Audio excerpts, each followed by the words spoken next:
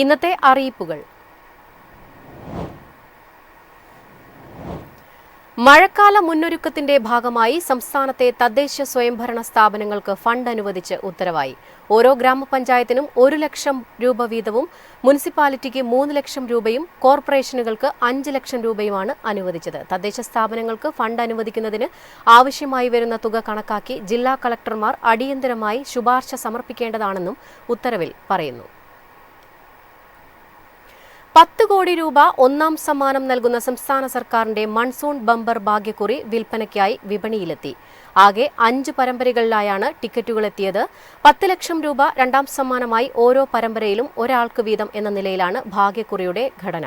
സമാനമായ രീതിയിൽ തന്നെ 5 ലക്ഷം, 3 ലക്ഷം എന്നിങ്ങനെ യഥാക്രമം 2ഉം 3ഉം സമ്മാനങ്ങളുമുണ്ട്.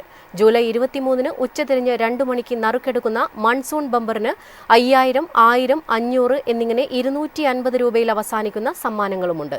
250 രൂപയാണ് ടിക്കറ്റ് വില.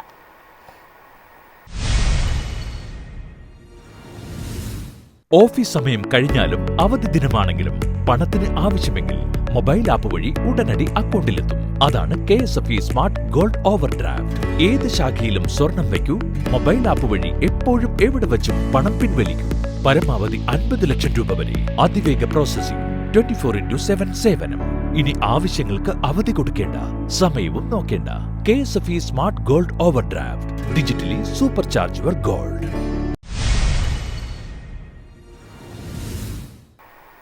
കൊച്ചി പുറംകടലിൽ കപ്പൽ മുങ്ങിയതിനെ തുടർന്ന് 4 ജില്ലകളിലെ പ്രശ്നബാധിതരായ മത്സ്യത്തൊഴിലാളികൾക്ക് താൽക്കാലിക ആശ്വാസമായി 1000 രൂപയും 6 കിലോഗ്രാം അരി വീതവും നൽകുമെന്ന് മുഖ്യമന്ത്രി പിണറായി വിജയൻ അറിയിച്ചു. മത്സ്യത്തൊഴിലാളികൾ 20 നോട്ടിക്കൽ മൈൽ ഒഴിവാക്കി മത്സ്യബന്ധനം നടത്തണമെന്നും മുഖ്യമന്ത്രി അറിയിച്ചു.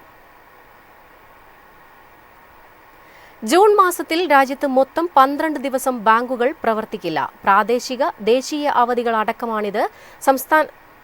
സംസ്ഥാനാടിസ്ഥാനത്തിൽ ബാങ്കുകളുടെ അവധി ദിനത്തിൽ വ്യത്യാസമുണ്ടാകും.